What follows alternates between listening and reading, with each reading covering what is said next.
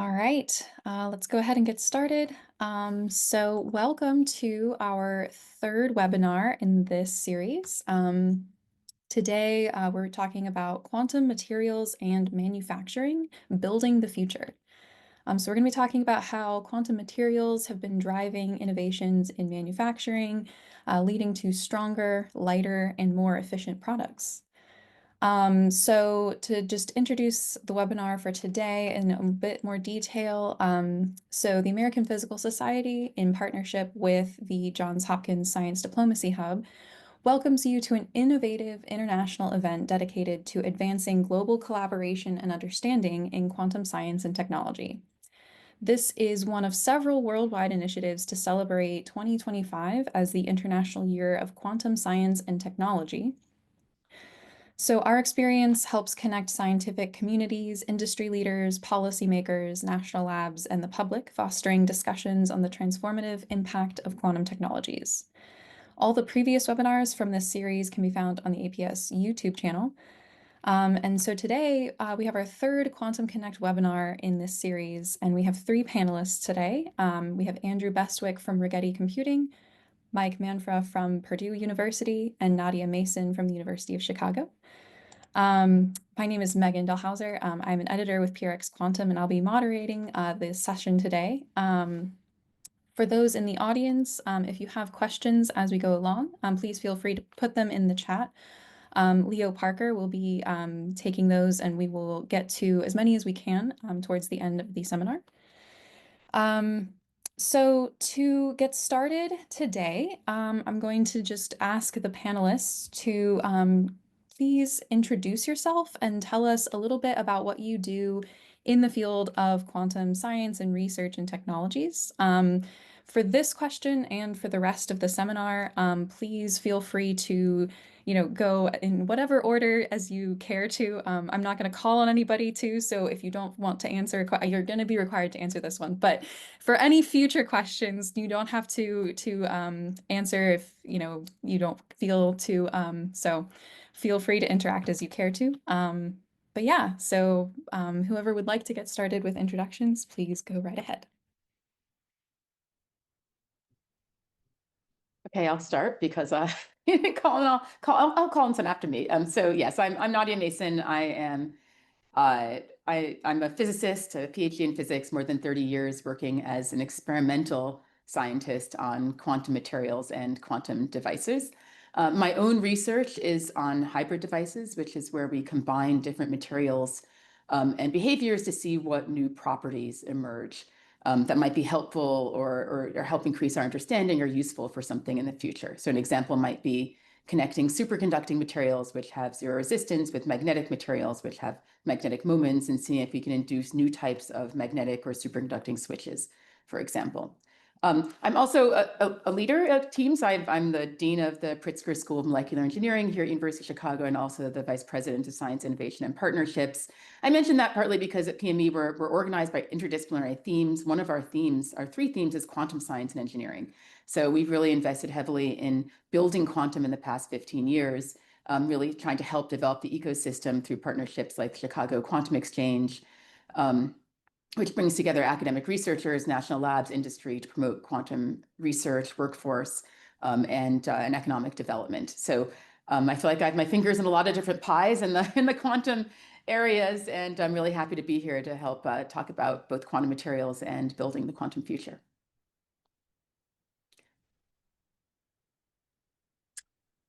I'm Andrew Bestwick. I'm also a physicist, but I'm actually coming in from the industry side. I did my PhD in materials exhibiting advanced quantum properties.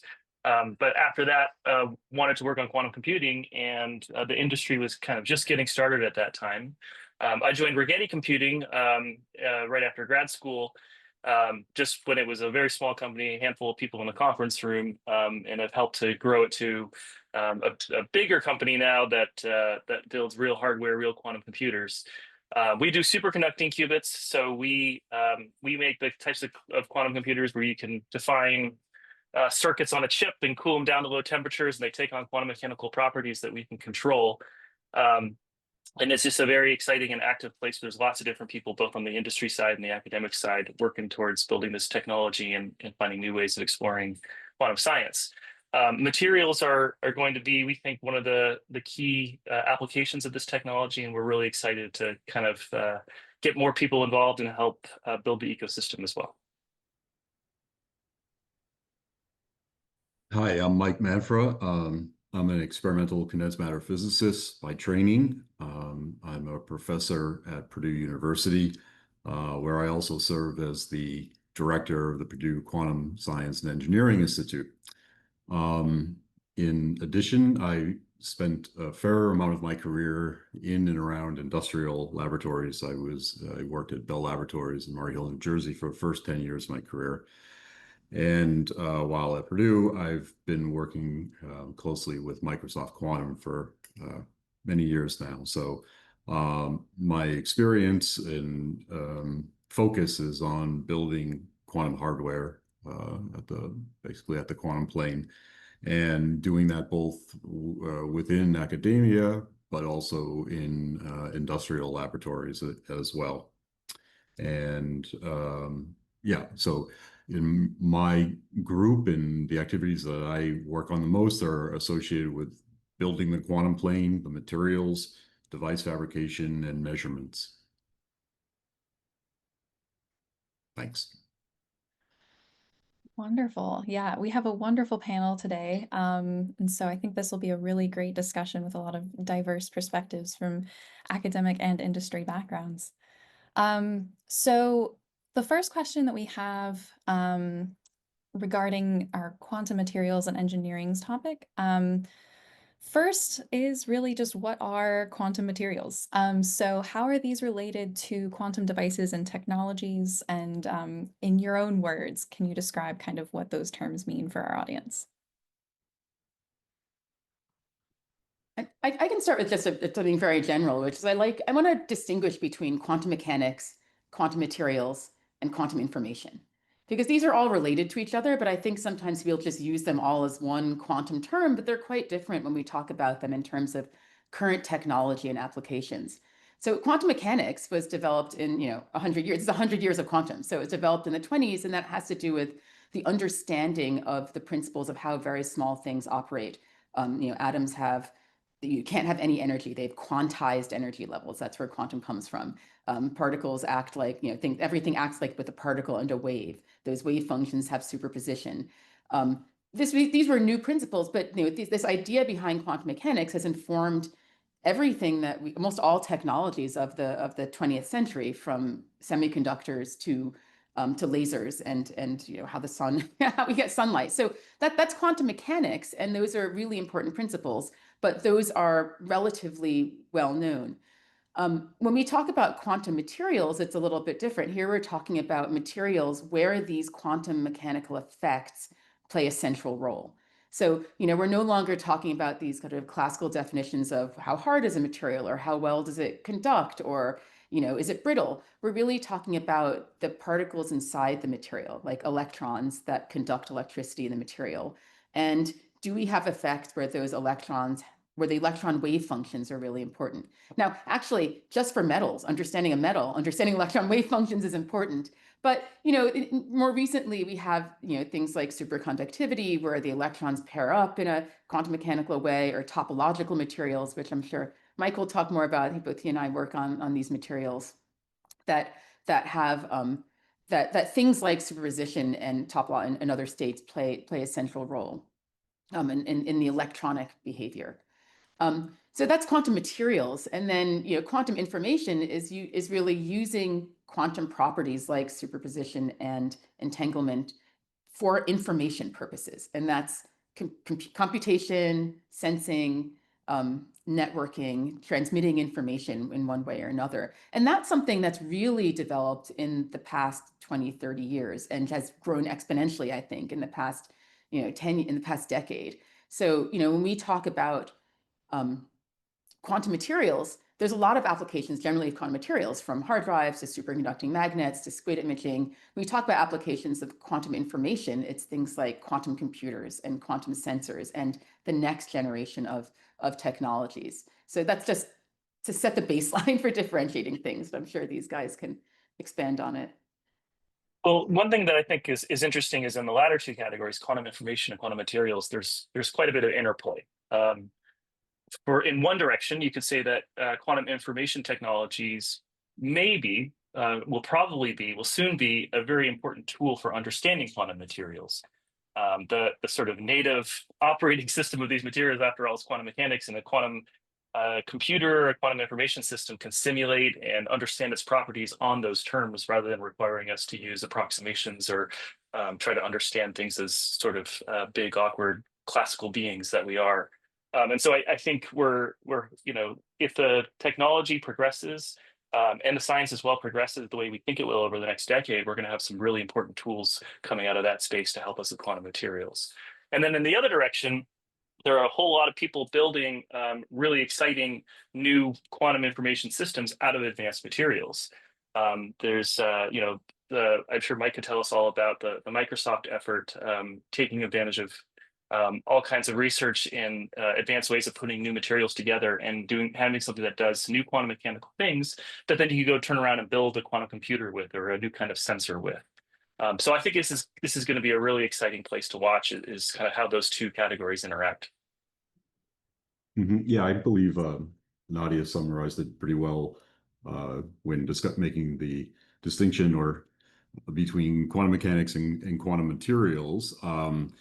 Certainly all material properties, in some sense, have quantum mechanics at their foundation. The band structure of any metal or semiconductor, after all, requires quantum mechanics. But at least for me, when we talk about quantum materials in the modern sense, it's typically the way I think about it is there some fundamental property observable that depends critically on superposition and entanglement in a way that you can't get away using semi-classical or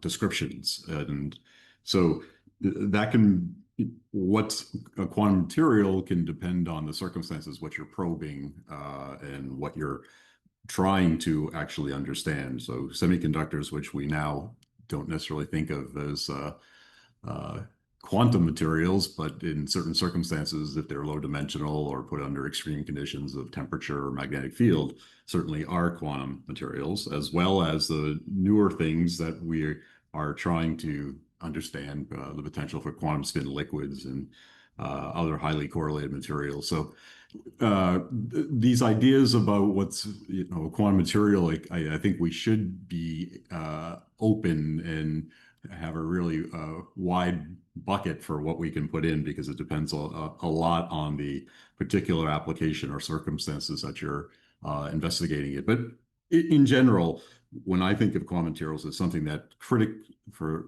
a property that we're trying to harness or observe depends critically on superposition and entanglement. So, but and again, you can actually generate quantum materials by taking what we might call, again, this is all a bit of semantics, but more trivial materials and putting them together in somewhat clever ways, and therefore the properties of the hybrid system are things that you would not naively expect to get from, say, a simple semiconductor or a simple BCS-like superconductor, but when placed in certain combinations under certain conditions, can act in a very unusual way. So there's a broad category of things that we can call quantum materials. And I just want to reemphasize something. I agree with everything that's been said. I want to reemphasize something that Andrew said about quantum materials being the foundation for quantum information. That there's been a revolution, and you hear a lot about quantum computing and quantum devices now. Why do we hear about them now? We hear about them now not because the ideas weren't known before, but because the materials generally weren't good enough to implement them. A quantum computer requires that you have these quantum states that aren't perturbed by any noise, that aren't perturbed by, vibrations, by other electronic, by spurious things, and they have to connect to each other and maintain that coherence on a large scale. And for years and years, the materials themselves prevented that coherence. Materials had excitations and, you know, things moving around in them that we didn't want to be there, that prevented us from really creating these larger scale quantum computers or quantum sensors. And it's the materials foundation that's improved over the past 10 years that's enabled the quantum information. And a lot of the materials foundation is discovery. And so, you know, I don't want to, it's not that nobody knew that we could do these things. It's that it took a lot of hard work and effort of thinking about, okay, what is this, you know, what is this little defect in this material doing, and how can I get rid of it, and how do I engineer it? In the case of quantum computers, or in the case of quantum sensors, how do I engineer a defect in the right place and make sure it's only in one place and it's exactly what I want, and use that as a sensor?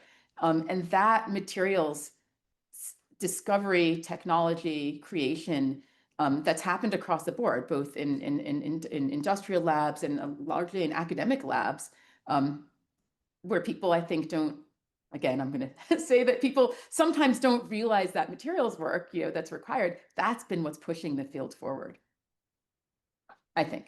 And not only, but that's one of the big things that's pushed the field forward. Yeah. We agree with you. Mm-hmm.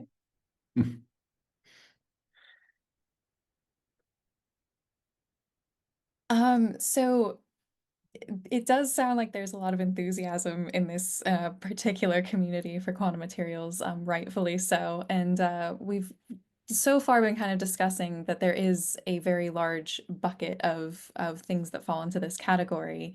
Our next question for you is, what was your specific quantum moment? So some experience that you had that really first sparked your particular interest in quantum materials and set you on your current career path.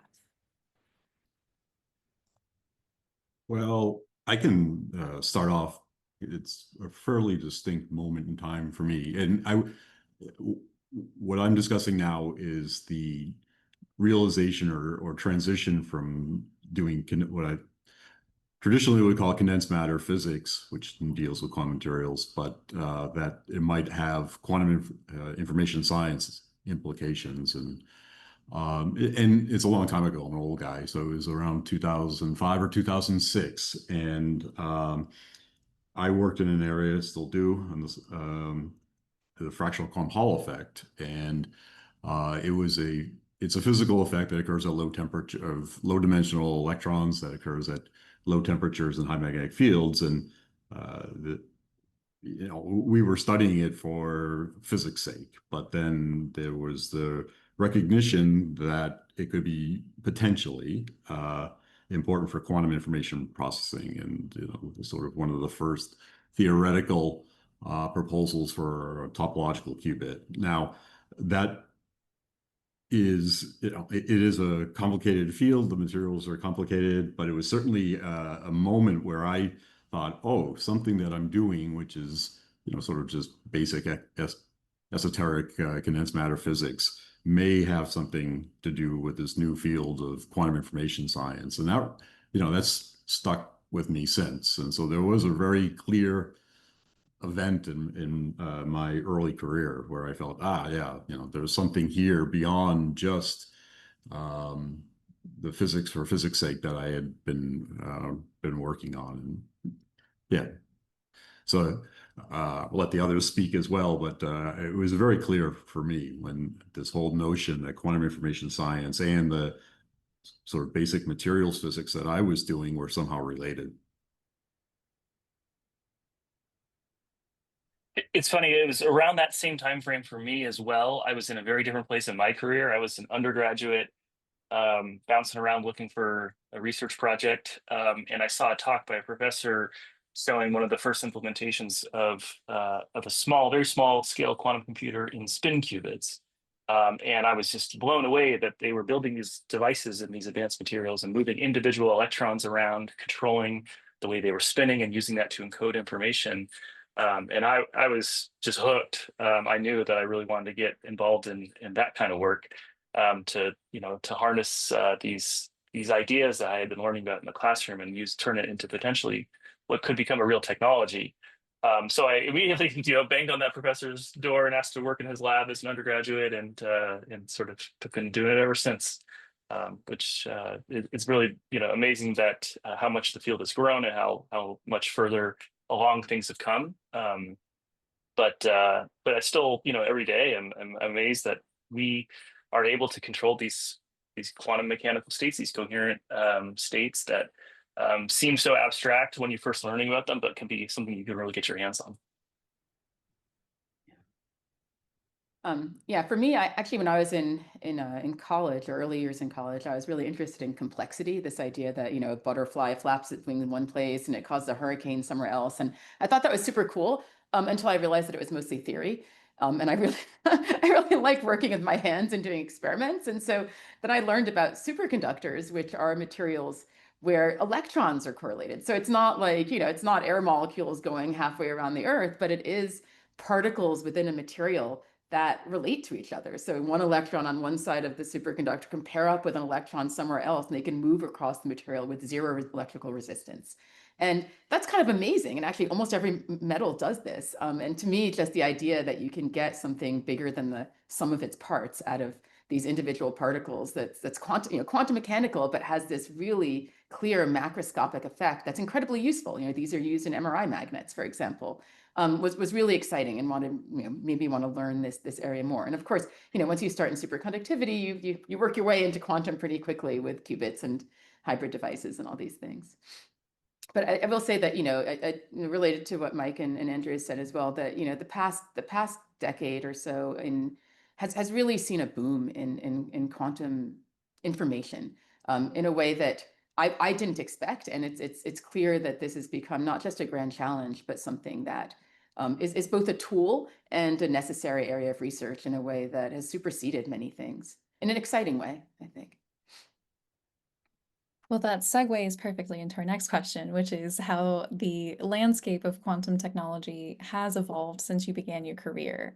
So are there any developments in particular that have surprised you the most as you've been able to kind of watch the field grow?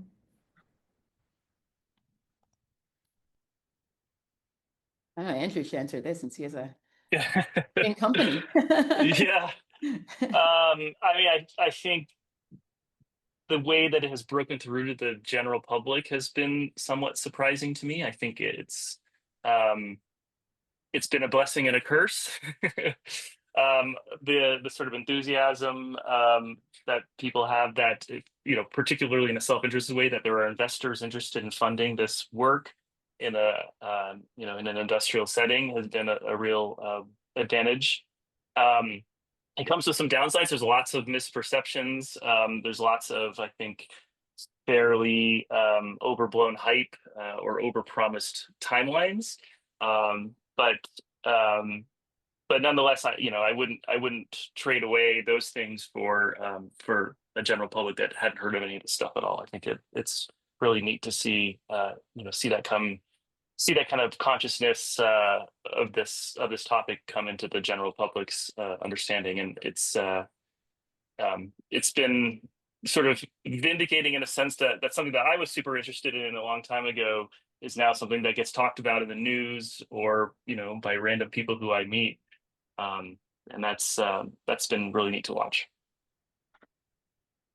Yeah, I would say that one of the most amazing things has been the scaling of efforts and and levels of integration in the pursuit of quantum technologies. And if again, in that era of the early 2000s, 2006, most of these efforts were fairly small, maybe, and to a large extent, much of it was happening in small university groups too.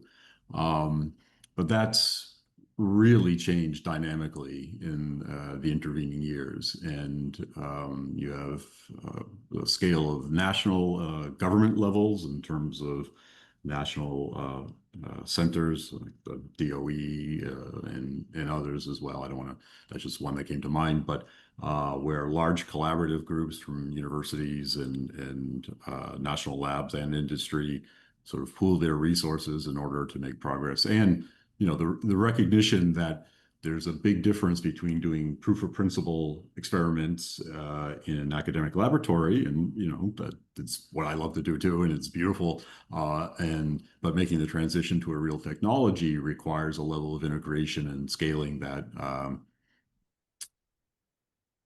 has become much more evident in this field in the last I don't know, 5 to 10 years, and it's kind of amazing to see it happen in real time, and that there is enough promise, and we talked a little bit about hype and things like that, but enough there that there is a reason to pursue it. And again, that if you're going to do something all up, or what we might call full stack, that requires a level of partnering and working together.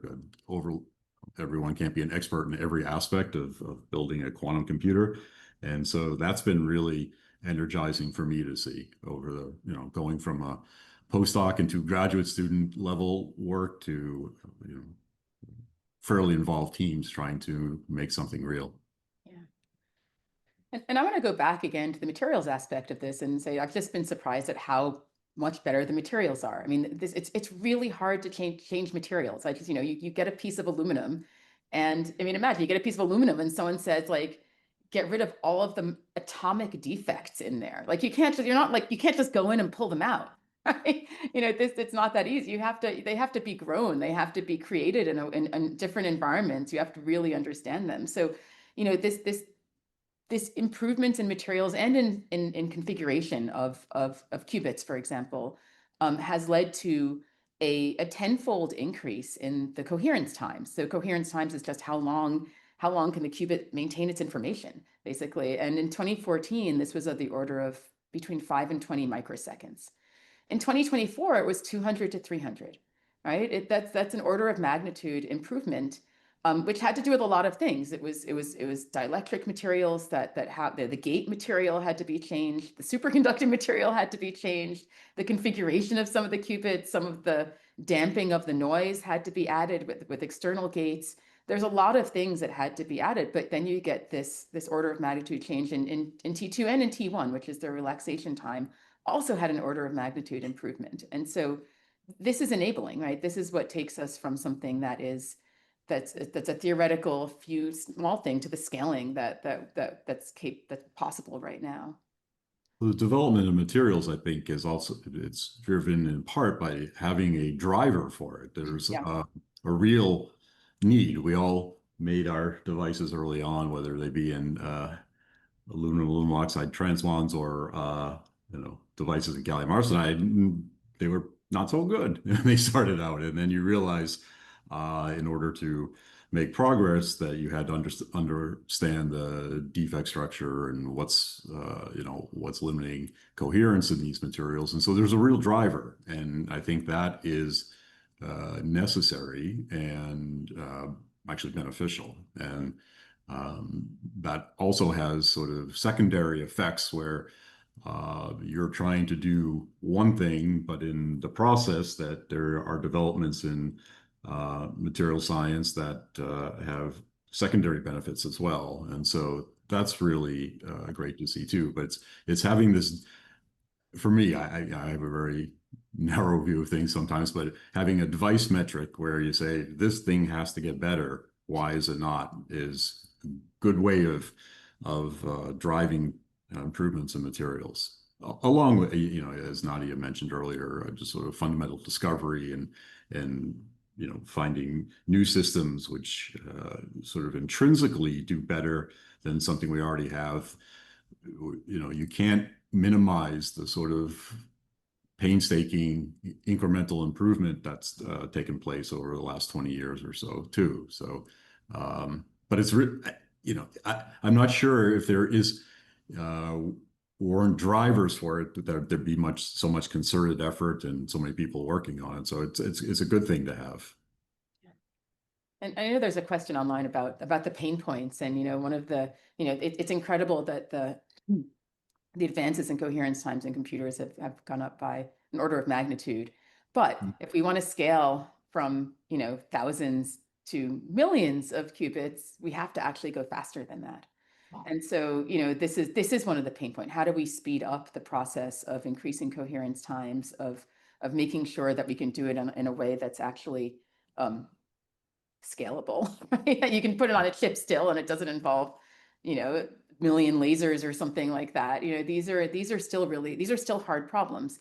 I will say that if you had asked me 10 years ago or 15 years ago, would we be at the point we are today, I would have said no. And so I have a lot more optimism about the future, and I think we'll get there, but we do still need rapid improvements and jumps in discovery and engineering to get there.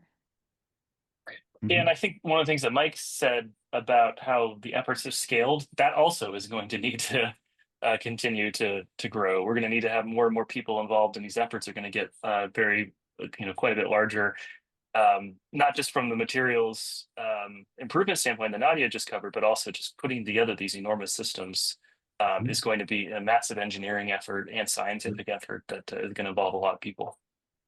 Yeah, systems engineering is and to do this at scale is an enormous part of what's going to have to keep happening to keep the field moving forward. And that's honestly not something that, well, I certainly wasn't trained in it, and it's not something that comes naturally to a lot of freshly minted PhD physicists. And so, yeah, that's something I've learned to appreciate over the period is, say, the last 7 years or so, is that how that you're going to integrate multi things at different levels, from the basic quantum plane to cryogenic control electronics, all the way up, readout and control and things like that, are enormous challenges at scale. And to keep momentum going is going to require a lot of work and expertise in those areas as well. And that's something that I think is exciting, or I hope is exciting to young people. If you're a physicist, then this isn't what you concentrate on in grad school necessarily, but it's something that you can learn about and come to appreciate if you try to follow along this path to bringing something to commercial technology. And so that's something that I find personally interesting and rewarding. It's not necessarily what I would have thought of when I was 25 years old, but there are interesting intellectual challenges along the way there too.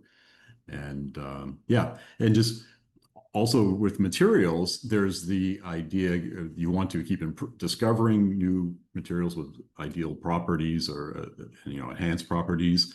But also there are interesting problems in how do you make them at scale and make them manufacturable and reproducible, right? Or we need our qubits.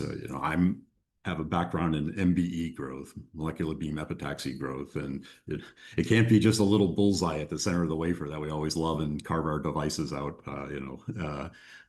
So for our physics experiments, it has to be have uniformity and be large scale. So there's all sorts of challenges that it's coming up right now that I think can be interesting to young people, and it's something that by staying in the field of trying to build quantum materials and devices and technologies, that you can make contributions to and have an appreciation for.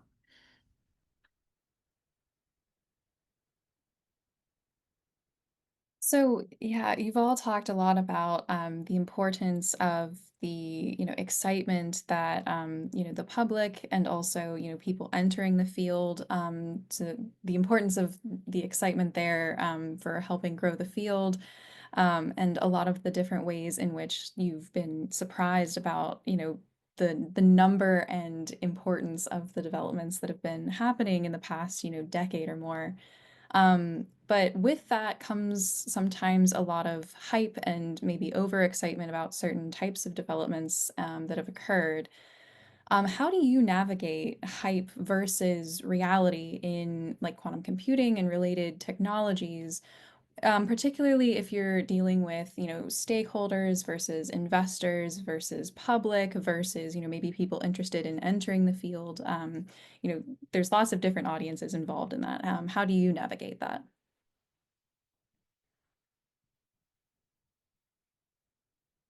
Yeah, it's a challenge because there is a lot out there, and I think when people think of technology, they think of like the iPhone getting better every year or whatever. And I have to sort of back up and say, research is a little bit earlier in that life cycle. Um, I'm not crazy about making analogies to to other technologies, but when people think about quantum computers, they say, hey, like when's my quantum laptop coming? When am I going to be able to buy one of these things and install it on my desk? And what I usually say in response to that is like it's not 1975 in terms of classical computers. It's like 1947. Like we're still figuring out what kind of semiconductor we're going to use and how to make a wafer of it. We still build these big awkward things where you have this technician plugging in all these cables. Um, we're a ways away from that time. That being said, I still believe in this stuff. I spend every day thinking about its problems, but I also think about its promise and the fact that when it works, it really does work, even if it is at a small scale and has some limitations. And so I do try to paint a picture of how excited I am and how much potential I think there is for this technology. But I try to get people grounded in reality when it comes to what's going to be happening in the next year and what things actually look like on a day-to-day basis. And I love that people are excited about this. I mean, we, as a condensed matter physicist, many of us have these discussions of why don't people care more about what we do? Electron correlations are so important, right? It's so true. So it's fun and exciting that people actually care and want to know more, because it is an exciting technology with and an idea with a lot of long-term potential. But I also think it's important. I totally agree with Andrew. But we also have to keep your ear to the ground. Especially with fundamental research. I mean, there's still some advances that have to happen. A lot of the research is still being published in peer-reviewed journals. Peer review is a process that works 99% of the time. You have experts in the field who read the results and think about, is it valid? Are they doing the thing they say they want to do? And, when it's published, you can trust it. And it's really important, to understand that, peer-reviewed results matter, right? Publications, if you can. Not every company can do this. And I get it. There's IP, there's all sorts of things. But when you see advances in that case, even when I'll give a shout out to academia right now, because, many academics don't have any financial stake in commercial quantum devices. We work on this because we just want to move the field forward, and we just want to do something really cool and have positive impact. And so the goal is not hype, but really just to be rigorous about what's working, what's not, find creative paths forward. Of course, industry has the same, most everyone I know in industry has the same goals, but I just want to emphasize that even when there's no financial stake, you can see that people are publishing, people are talking about things, and the field is moving, right? Even beyond the hype.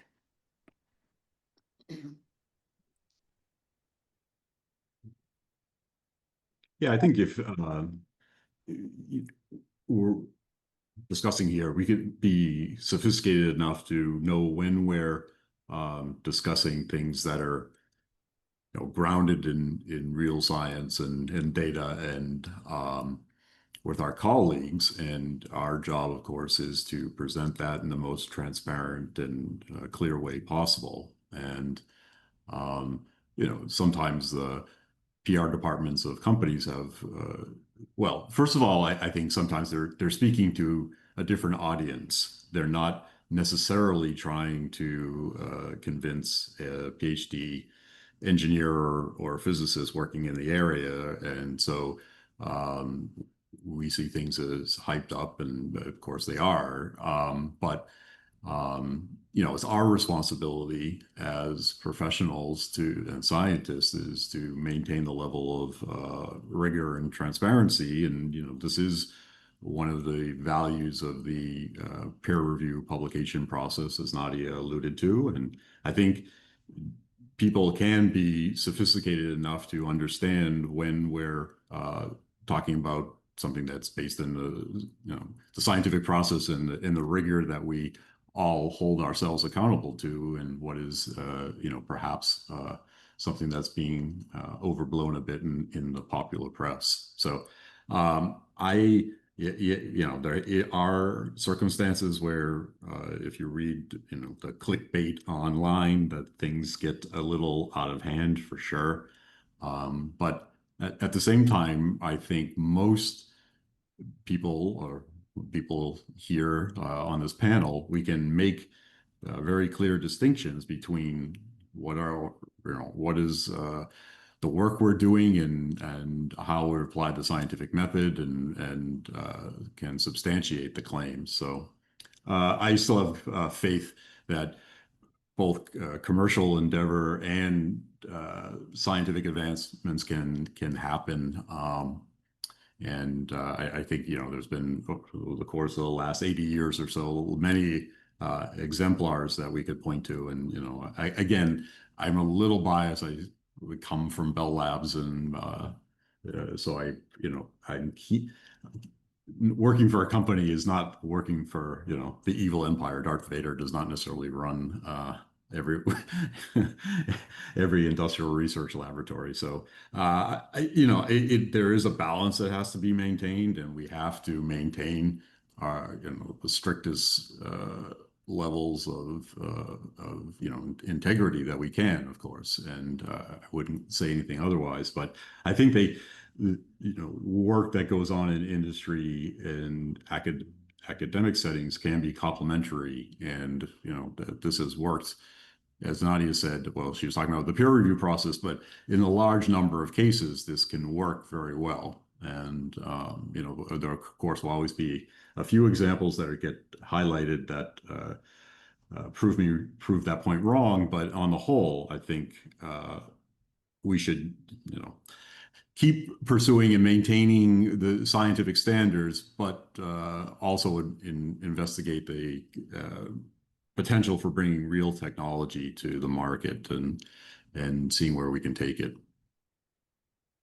Yeah, I think there are a few Darth Vaders out there, or people working in bad faith, but I think the vast majority of people on the industrial side, not you. Yeah, but I think almost all of us on the industry side really wholeheartedly believe in the importance of scientific rigor and supporting a really strong academic ecosystem.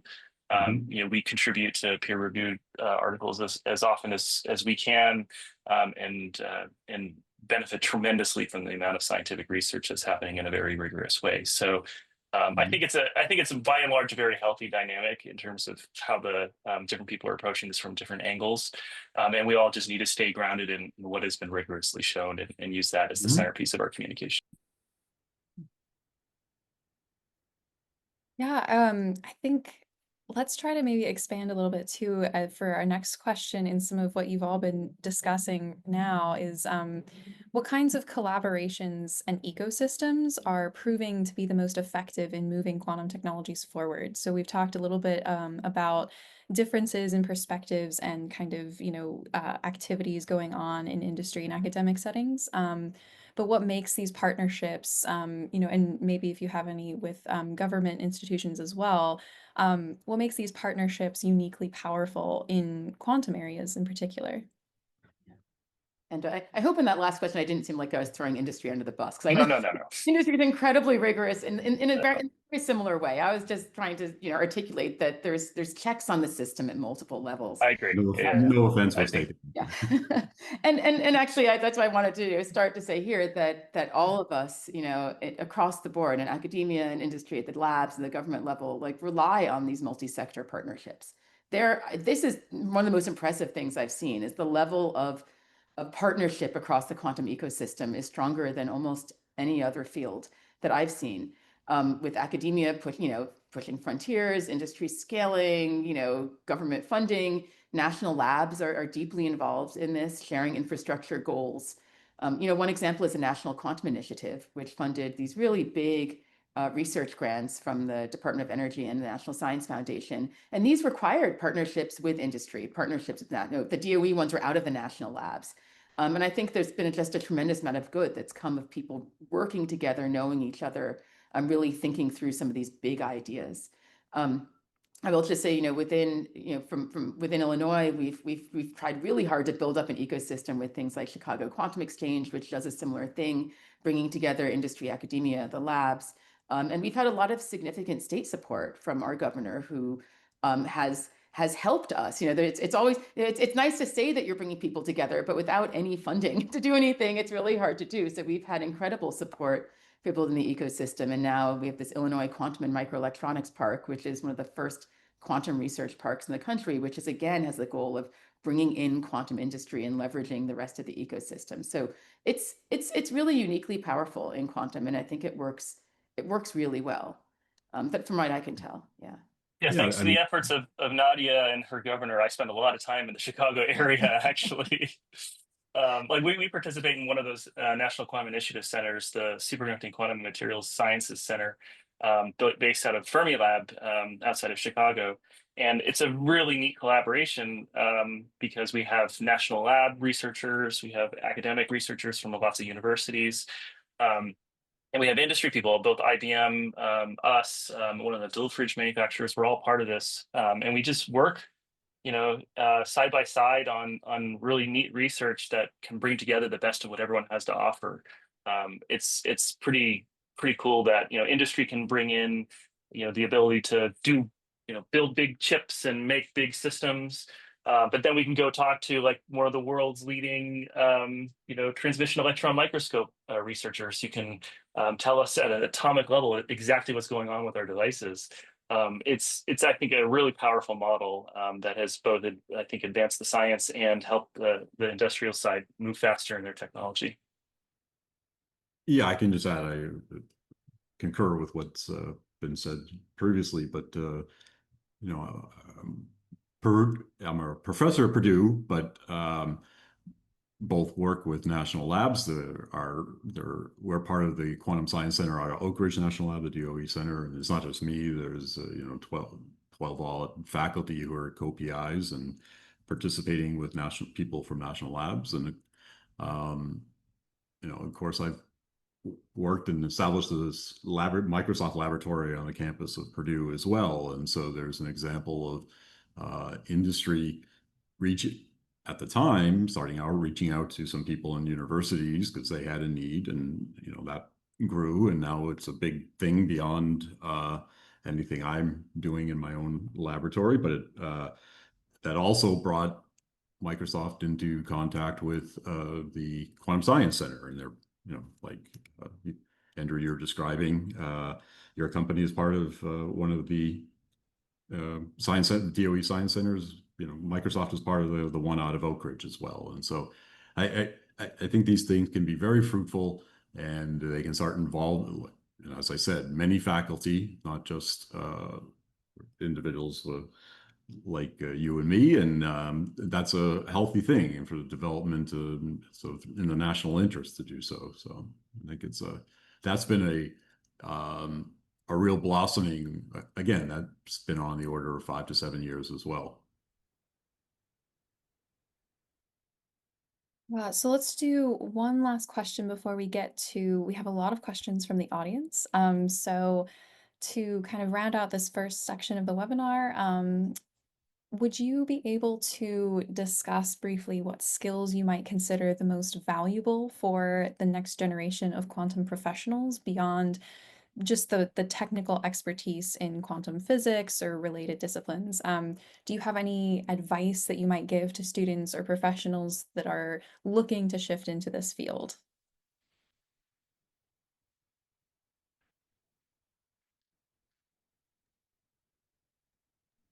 Well, I can start. I think we've mentioned before that as quantum, quantum, like any industry as it grows, is going to become less technical. So right now, of course, physicists, engineers across any area, computer scientists, quantum algorithms, what do you do with quantum computers? How do you program quantum sensors? That's going to be incredibly important. And that's anyone who's thinking about programming. Those are all key. But a lot of these systems run at low temperature on what's called dilution refrigerators, and they're fancy mixes of helium-3 and helium-4, and it's evaporative cooling. It gets down to millikelvin temperatures.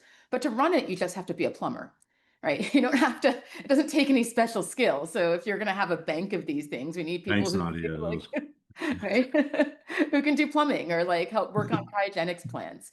And so there's going to be jobs like that in the future as well. So just, really being able to think about systems, being interdisciplinary, being able to code, being able to work with your hands, being able to communicate. All of these are going to be important in the future as the industry grows. Yeah, I also am involved in the other aspect of plumbing, materials growth. So high vacuum equipment, if you can run that too, you can have a career. What I would say is maintaining an open mind and flexibility. Maybe this is more general advice, not specific only to quantum, but certainly it's been my experience over the last 25 years is you do something as a PhD and you become highly specialized and you're one of the world's experts in a rather narrow field. And what actually ends up happening in your professional career, even though you're doing, using the same skill sets or brain cells, is that you have to be flexible and you'll be tackling different types of problems along the way. And embracing that is, I think, key in that learning to do different things within this space of science and technology can really be intellectually rewarding and it's good for your career. And again, if you are interested in technological aspects, that's becoming more aware of the sort of systems level design and how do we make things make a lot of them, make them really robust and integrate them.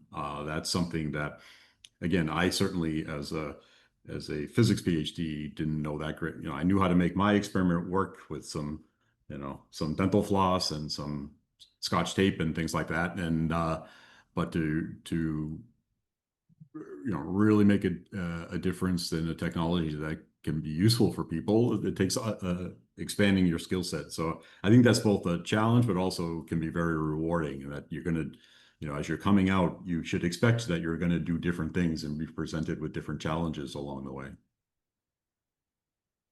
One other interpersonal skill that I think is really important is perseverance and persistence. There's still lots and lots of science, and that means there's going to be lots of wrong turns taken, lots of lots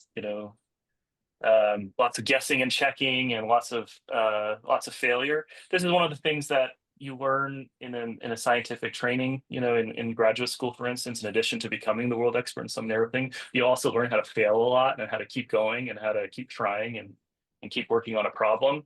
And I think you don't need to go to grad school necessarily to have that mindset, but it's an important one to go into something like this because there's just still so much to learn, and learning is necessarily going to mean that there's going to be some wrong turns taken. And so I think having kind of a steady demeanor and just keep working on these things every day and know that because we're at the forefront of knowledge that we're going to do a few things wrong is really valuable because it means you can keep showing up and pushing things forward.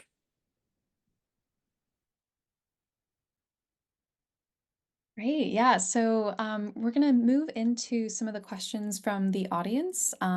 So the first one we'll start with here is, do any of you have any comments or thoughts on the long-term outlook of different types of materials for qubits in particular? So things like superconducting versus photonic versus solid state versus trapped ion, on their long-term outlook and maybe current promise as well. It's a very general question. There's quite a few fields that you'd have to cover to really give a comprehensive answer. But I do think there's going to be still so much for us to learn about the very best ways to build qubits and quantum computers. As it is in the last 5 years in the superconducting qubits field, which I'm from, we've learned a ton about the best kind of metals and other materials to build our qubits out of, the best substrates to put them on. For a long time, people were using just aluminum because aluminum is sort of every physicist's favorite superconductor. But nowadays, people use niobium and tantalum and do all kinds of surface treatments and advanced ideas for how to get the materials to all work together. And the results have shown people are getting the best coherence times ever, and the numbers keep getting bigger and bigger. I think that's just going to continue. Maybe there will be breakthroughs. Maybe it'll be iterative. Hard to say, but there's enough people working on that particular challenge that I have reason to believe it's just going to keep getting more interesting and more, and we're going to learn more and more. I'll let Mike talk about more. Well, what I would add is I don't want to play. Yeah. We all have our personal interest in what we're working on. I'm not sure that's really appropriate for this. With the time we have left to delve into it. But what I would say is I'd like to amplify a point I think you made, Andrew, early on. This is more like 1949, 1950 in terms of computing, as opposed to the late 70s and the PC boom that was coming with and everything was in silicon. So I think it would be wrong for me to say here's one platform that's clearly in the lead and going to win. I think there's exciting work being done in all different areas. One of the things I'm not working on it myself, but has impressed me the most in the last few years is the development of computing with Rydberg atoms and optical systems. And so they've made really great advances and rather rapid advances in a relatively short time scale. So of course, I'm very much interested and will continue to work on topological systems. That's what I do, but by no means can I say that there's one platform that's clearly the winner yet. And I think that's a good for right now, and people should pursue what they're interested in. And yeah, so I think it's still early enough days that there was if I were going to be fair, I'd say every platform has its pros and cons, but we all have to insert a few miracles before we have a utility scale commercial machine. So, pick the miracle you want to work on and go for it. So that's sort of my feeling without trying to be too biased about what I'm working on. So. I don't need to add anything here. They've covered it all. Lots of platforms. I think we'll see as people try to scale. They've made incredible advances in the trapped ion systems and the neutral atom systems and the superconducting systems. People have made huge advances in terms of like coherence times, manipulation, even gate manipulation. But as we scale, I think we'll see. There might be a beta VHS moment there. That they're viable technologies, but one's going to be a little harder than the other to actually implement. So we'll see. Right? You don't have the old beta machine in the garage? Not anymore. I was a Laserdisc guy first. There we go. Right. You're younger than at the end. Laserdisc when we were kids. The next question we'll do here is, what are some of the greatest materials integration and technology scaling challenges? Oh boy. It's kind of the whole game. Yeah. I mean, I can speak for, again, I'm somewhat narrow, but certainly what we work on involves semiconductors and 3-5 semiconductors and superconductors at the quantum plane.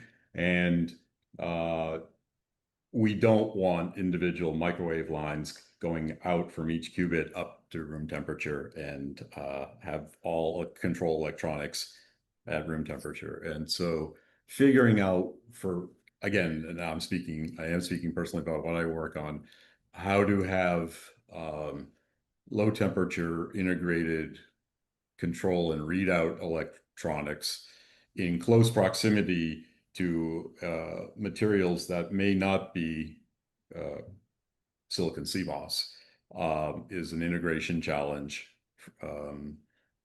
that certainly in the domain I work in, we're facing as we try to scale out. And so, integration of dissimilar materials and the thermal the thermal budgets that are allowed for those things is something that is a great challenge for the platform that I happen to work on.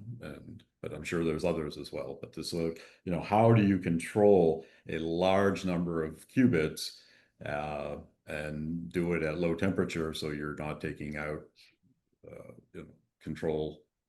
each control line to room temperature is a big challenge for us.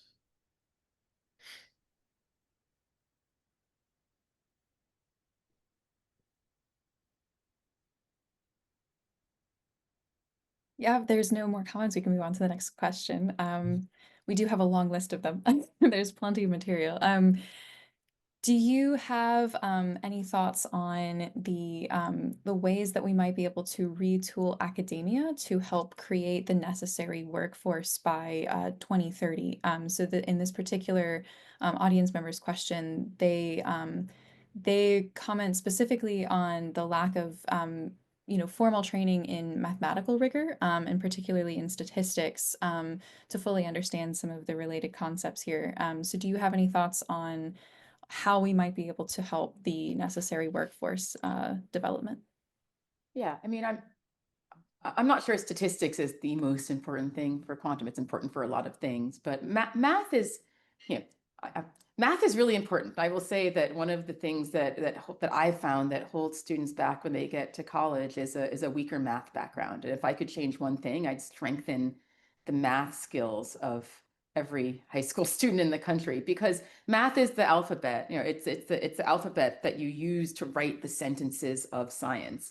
And if you don't know the alphabet, it becomes really difficult in a way that it shouldn't, that you can't get to the fun parts soon enough, and we lose a lot of people that way. So, if I could change anything, it would be a stronger stronger high school math skills. But that said, as we said before, I think that quantum is going to require a lot of different skills in the future. People who are doing chemistry, people who are doing mechanical engineering, or and physics or computer science.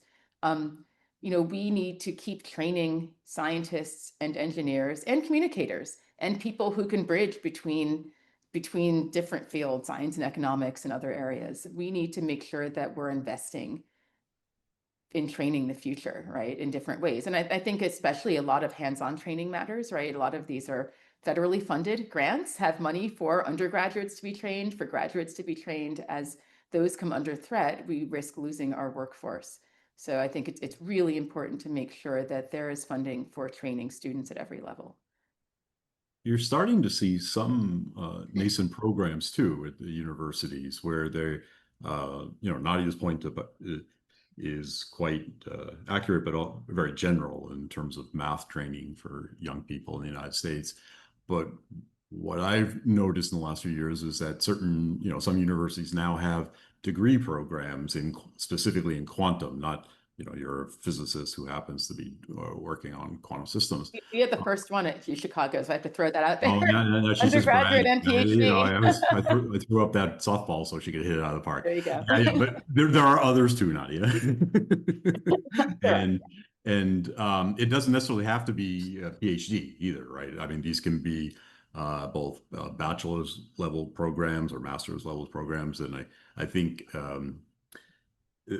not everyone in the future is going to have a PhD in physics to be making contributions to the quantum ecosystem, and having, of course, everyone should be trained in calculus, but having some of these programs start up, I think, is also very interesting to see, where there can be different levels of degrees and certificate programs that are coming out, trying to build up sort of a quantum educated workforce. And yeah, again, of course, if federal funding is cut, then that's a threat. But if we could continue things like that, that would be, I think, very beneficial, because we do.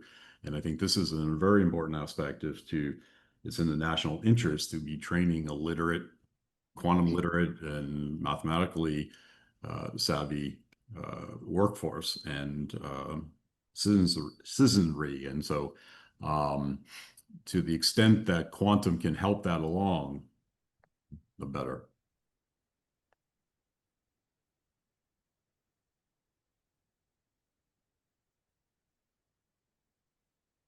So, Nadia, you had made a comment earlier regarding the purity of materials and the importance of being able to manage that. So there's a question from the audience about whether there's a commercial potential for advanced materials or X-ray characterization consultancy that helps to improve material purity. Yeah. I mean, the people who are growing these materials do a lot of characterization. I mean, they do a lot of X-ray characterization. They do a lot of scanning electron characterization, transmission electron microscopy. There's a balance, you know, so there's a couple of things going on. One is you have to know how to grow. So what are the defects we're talking about? Some of them are just, you know, atoms out of place. Some of them are atoms that you don't want there. Some of them are vacancies. If you can imagine a material that has only the atoms you want, let's take aluminum or niobium or an oxide material, but there's a vacancy there so that charges can hop in and out randomly, right? That adds a little bit of noise, and that little bit of noise is enough to actually destroy your coherence pretty quickly. So that's a sort of thing that I talk about purity. I don't necessarily just mean that it's contaminated with all sorts of things. What I mean is that you really need the crystals to be almost perfect, and you need to be able to control what their electronic behavior is on a very microscopic level. So that has a lot to do with growth, the sort of growth that Mike does, like molecular beam epitaxy, other ways of patterning and making sure that, you know, you've ultra low pressure when you evaporate your materials. There's no other atoms in the system, and that it goes on smoothly. And your interfaces, you know, the interface between one material and the other is affected by, you know, tiny levels of humidity, for example. So there's lots and lots of factors that come in there besides just you know, having it be, you know, it's what I mean by being pure, right? Having really perfect interfaces, good material crystallinity. And the characterization is incredibly important, including using national lab facilities and others. You know, we characterize them in every way possible.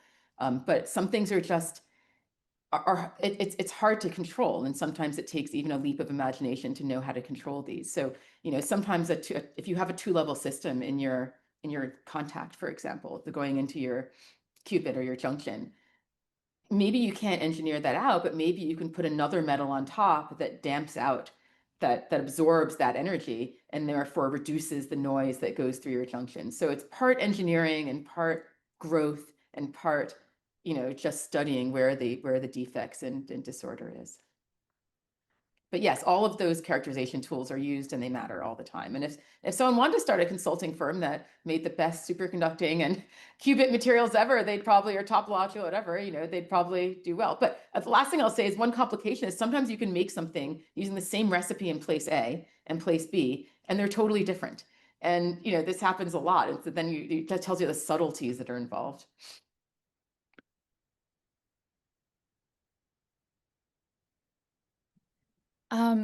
So another question from the audience is regarding standards as a tool for moving the field forward. So in particular, with things like material dynamics and software frameworks, there's a lot of complications that arise from that. So would standardization be a helpful tool here? And to what degree has that been something that you've actively thought about in your areas of engineering and research?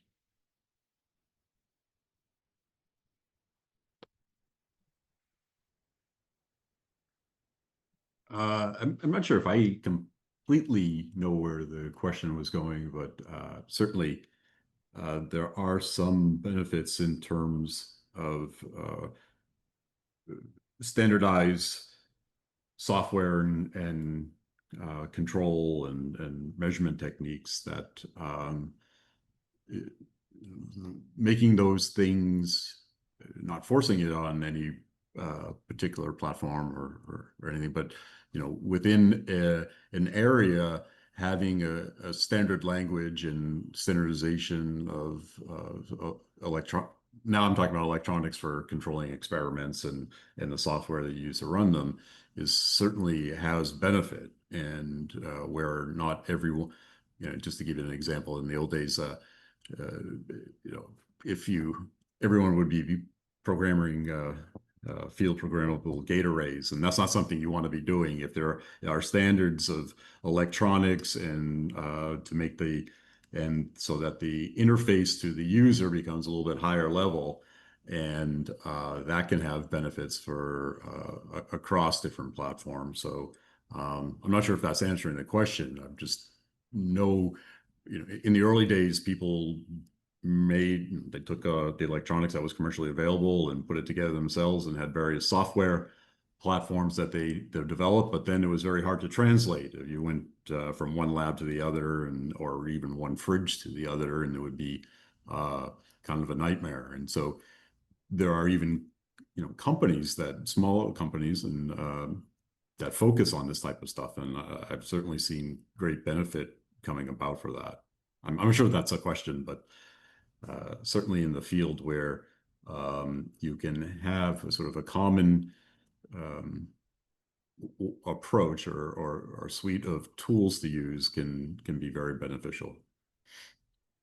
Yeah, that kind of sort of standardization has lots of benefits. It makes it easier to buy stuff and cheaper to it gives manufacturers or vendors of like tools or software a larger market to sell into, which makes it cheaper for people to buy and makes it easier for people to communicate. There are some downsides as well that we have to be careful about. We're at an early enough stage in this field that we need lots of flexibility, and we don't want tools or standards to kind of confine the way we think about problems or the tools with which we can approach them. So I think we have to be a little bit careful about sort of optimizing things prematurely for one particular vision for how the science or the technology is going to work.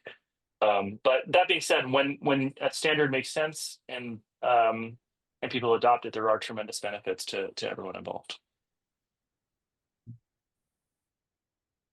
Yeah, and even within disciplines, having again, this is not trying to force it up, but having a common language of what metrics are and how you how you look at say superconducting qubits, so you can compare them to other people working on superconducting qubits and talk in the same language about T1, T2, and so sort of that level where there's a commonality, so that is beneficial, I think, and it's not necessarily going to apply to everyone across different platforms in the field, but certainly developing a commonality so that people can at least communicate and compare and make progress together, I think has long-term benefits.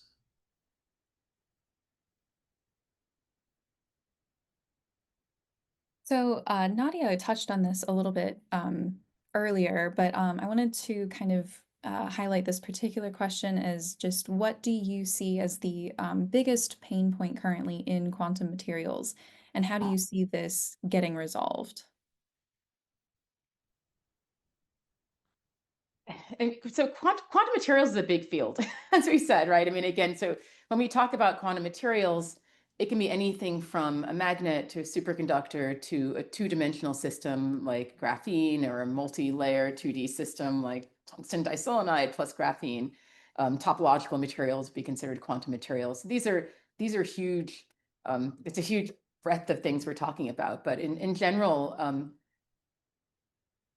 mean, it's not one thing. It's really controlled growth for consistent properties, I would say, every time. And that's really hard. If I go even for things like graphene or 2D materials, which have made tremendous, have yielded tremendously interesting science by coupling them together, and you can yield everything from superconductivity to magnetism to ferroelectricity to all sorts of things, but it's a little bit, you can't do this on a very large scale. You have to take little tiny flakes and orient them with respect to each other.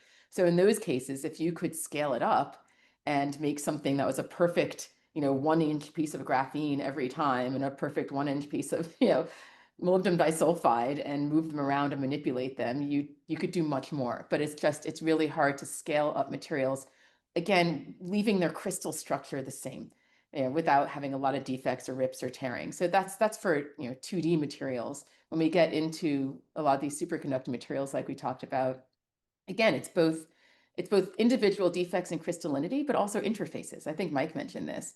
At some point, a huge pain point is we have to connect things together. We have to put a superconductor on a topological material, or two types of superconductor and insulator together for a Josephson junction, or connect that whole quantum computer to just wires going out.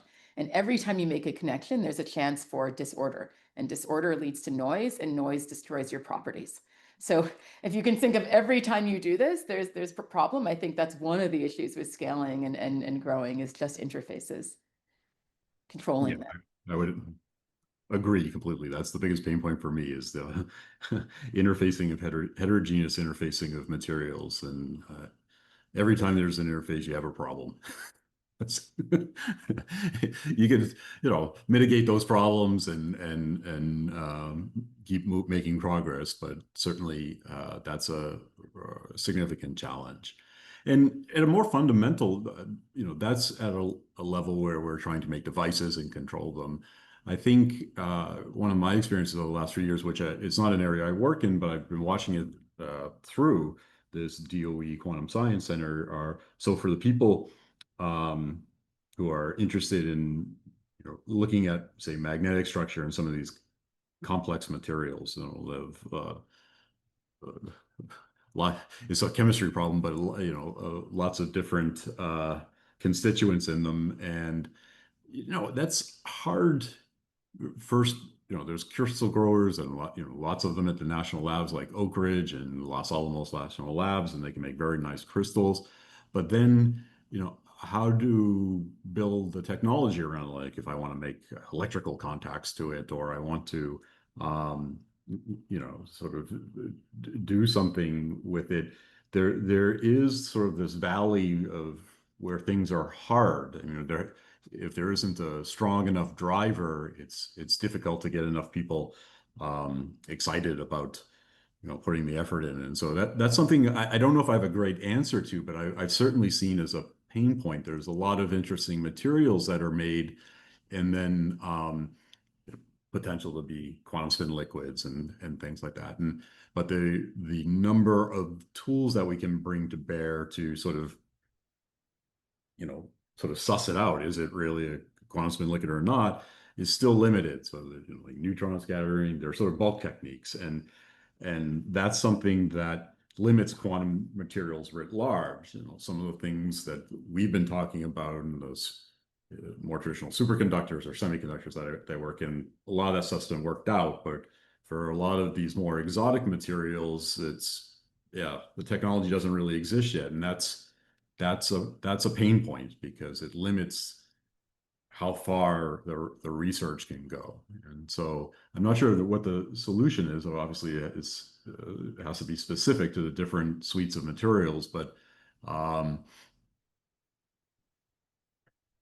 thinking about that, if we're going to have programs where we're interested in seeing is there a realization, a material realization that's proximate to the Kitaev honeycomb model or something like that. Well, that takes investment, not only in just bulk crystal growth, but in all the associated technology that's needed to probe it and see. And so that's something that I would hope that as a community we can think about too, is, okay, there's certain things we'd like to see, but what's going to be the suite of probes that we can use to really find out if we've done what we think we or hope to do.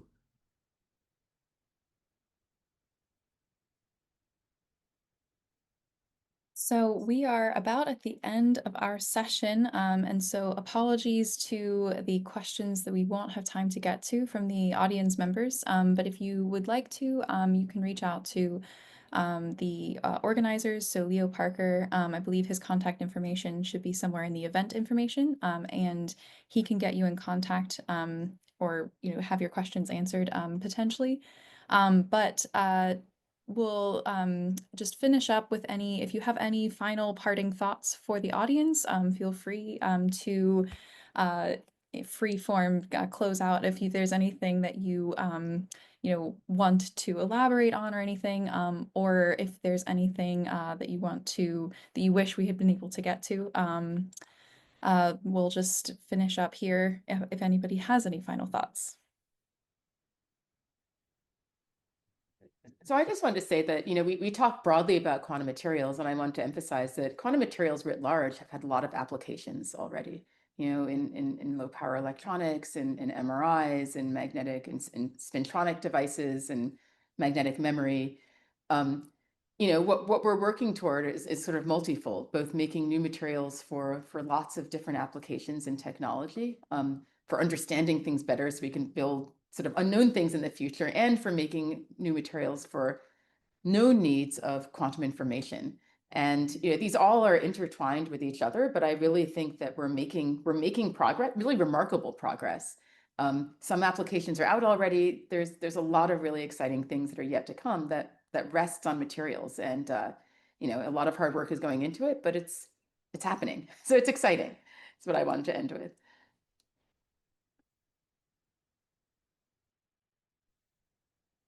Yeah, I think that's an important point to end on too. There is real demonstrable progress, and it's exciting, and is reason for optimism as well, that things are happening, and these transitions from very, very basic science problems into something that has utility and is,